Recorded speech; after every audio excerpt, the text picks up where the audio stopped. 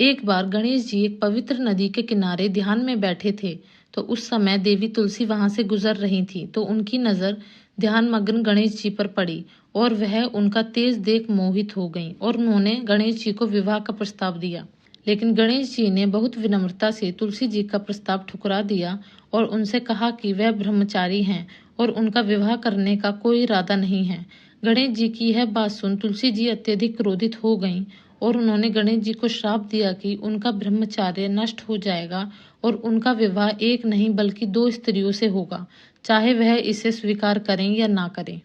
और तुलसी जी के मुख से यह बात सुन गणेश जी क्रोध से भर उठे और उन्होंने तुलसी जी से कहा कि तुमने मेरी बात को बिना समझे, बिना मेरा अस्तित्व जाने मुझे इतना बड़ा श्राप दे दिया, तो मैं भी तुम्हें श्राप देता हूँ कि तुम मृत्युलोक में जन्मोगी और तुम्हारा विवाह एक असुर से होगा और मेरी पूजा में तुम्हारा कभी कोई स्थान नहीं होगा। गणेश जी का श्राप सुन तुलसी जी को अपनी भूल पर बहुत पछतावा हुआ और उन्होंने गणेश जी से क्षमा मांगी और अपना श्राप वापस लेने की विनती की। तब श्री गणेश जी ने तुलसी जी से कहा कि मैं अपना श्राप वापस तो नहीं ले सकता, पर मैं तुम्हें आशीर्वाद देता हूँ कि तुम भगवान विष्णु की पूजा में हमेशा उपस्थित रहोगी, वरना तुम्हारे बिना विष्णु पूजा अधूरी मानी जाएगी और पौधे के रूप में ही तुम्हारा विवाह विष्णु जी से होगा।